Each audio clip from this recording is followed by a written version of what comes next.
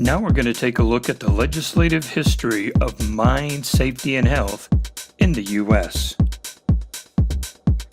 The history of mine safety and health legislation in the United States goes back more than 100 years. Let's take a look at the many legislative milestones that have helped improve miner safety and health. From the early days of mining right on up to today, we've seen many incremental improvements in safety and health legislation. We're going to take a look at those today. In 1891, the federal government passed modest legislation to establish minimum ventilation requirements in underground coal mines and prohibit operators from hiring children under age 12. The statute applied only, however, to mines in U.S. territories. In 1910, Public Law 61-179 created the Bureau of Mines within the Department of the Interior after a decade in which coal mine fatalities exceeded 2,000 annually. The Bureau's safety and health role was limited to research and investigation, however, without inspection authority. In 1941, Public Law 77-49 granted federal inspectors the right of entry into coal mines to make inspections. However, no safety and health regulations were mandated at that time. In 1947, Public Law 80-328 created the first federal safety standards for bituminous coal and lignite mines. A provision was included for federal inspectors to notify mine operators and state mine agencies of violations. No enforcement provisions were included, however, and the standards expired after only 1 year.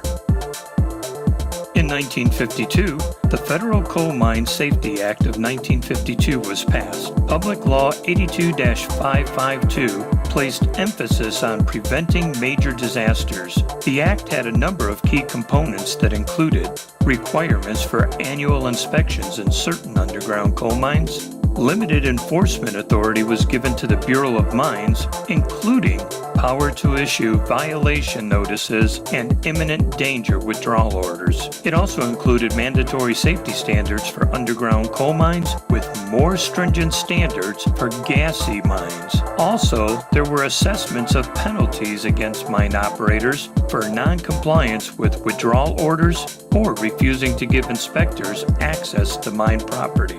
There were no provisions, however, for monetary penalties for non-compliance with safety standards. Also, all surface coal mines were exempt under the Act, along with all mines with fewer than 15 employees. In 1961, Public Law 87-300 authorized the Bureau of Mines to conduct a study that covered the causes and prevention of injuries and health hazards in metal and non-metal mines. Federal officials were given the right to entry to collect information, however, the law excluded coal and lignite mines. In 1966, Public Law 89-376 extended coverage of the Federal Coal Mine Safety Act of 1952 to small underground coal mines. It provided for withdrawal orders in cases of repeated, unwarrantable failures to comply with standards. Education and training programs were also expanded as well.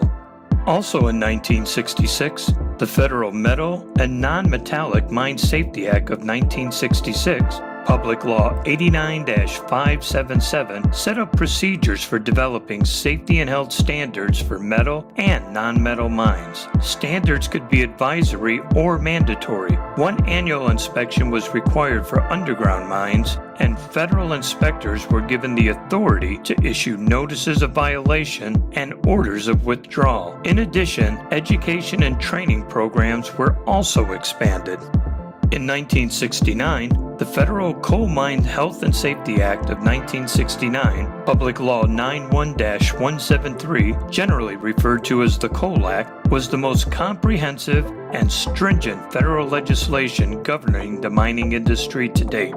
Key components of the Coal Act include 4 annual inspections required at all underground coal mines, 2 annual inspections were required at all surface coal mines. Mandatory fines were put in place for all violations. In addition, criminal penalties for knowing and willful violations, individual state enforcement plans were discontinued, safety standards for all coal mines were strengthened, and health standards were adopted. Specific procedures were created for developing improved mandatory safety and health standards. Training grant programs were also instituted, as well as miners were given the rights to request federal inspection, and miners disabled by black lung disease were provided benefits. MSHA commemorated the 40th anniversary of this landmark legislation in 2010 and the 45th anniversary in 2015.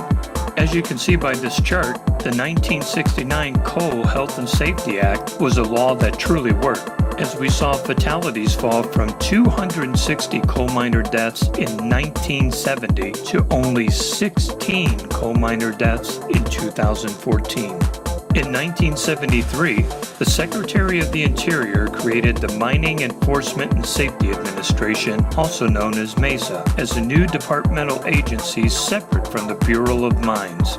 MESA assumed the safety and health enforcement functions formerly carried out by the Bureau.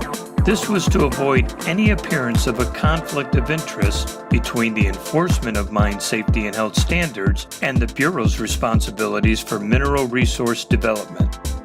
In 1977, the Federal Mine Safety and Health Act, Public Law 95-164, commonly known as the Mine Act, is the legislation that currently covers MSHA's activities. Mining fatalities dropped sharply under the Mine Act. The Mine Act transferred enforcement responsibilities from the Department of Interior to the Department of Labor and named the new agency the Mine Safety and Health Administration. Additionally, the Mine Act established the Independent Federal Mine Safety and Health Review Commission, which provides independent review of most of MSHA's enforcement actions. The Mine Act amended the 1969 Coal Act in a number of significant ways and consolidated all federal health and safety regulations of the mining industry, both coal and metal non-metal, under a single statutory scheme. Key components of the Mine Act include 4 annual inspections, which are required at all underground mines. Other key components of the Mine Act include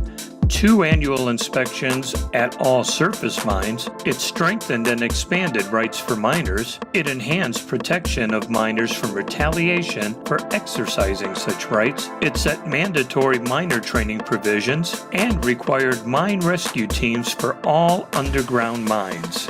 In 2006, the Miner Act, Public Law 109-236, amended the Mine Act of 1977 to require mine-specific emergency response plans in underground coal mines, new regulations regarding mine rescue teams and sealing of abandoned areas, prompt notification of mined accidents, and enhanced civil penalties. It's been a long and painful journey in the mining industry, but things sure have gotten a lot better. And with your help, things will continue to improve each and every day.